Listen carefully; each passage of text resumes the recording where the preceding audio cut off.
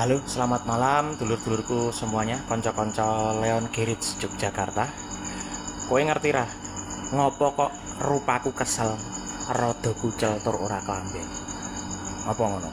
Mergane lebar wae nglembur nggarap kaki-kaki Toyota Corolla AE80 iki lho mobile, alias Corolla GL. Wih. Ben ngopo to? Lah, iki sing penting perlu dingerteni.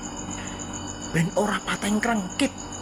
Apa maneh nek sing tuku ki cah enom, biasane cah enom ki seneng blasakan ning kebon. Rak yo aku to. Blasakan ning kebon karo yange kok mobile tinggo goyang krengkit krengkit. Kuwi mobil po kasur kuwi. Kasur apa kae? Kasur spring bed sing regane 300.000-an. Nek saiki ya wis tak jamin ora, kaki-kaki wis well. Mesin wis well, cuman bodine wae isih kurang glowing. Nah, sesuk iki rencana sadurunge didol bodine dipoles iki.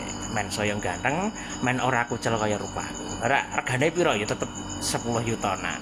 Nah, tapi nek kanca-kanca pengen sing wis ready, siapake aku yang duwe kae mburi kae.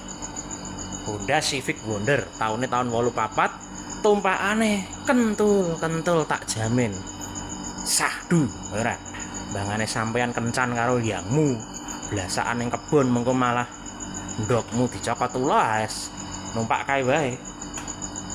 Civic Wonder tak jamin sahdu, ora pateng krengkit, tur dijamin ndokmu aman, ora bakal dibrakot ula. Wis ngono wae, matur nuwun.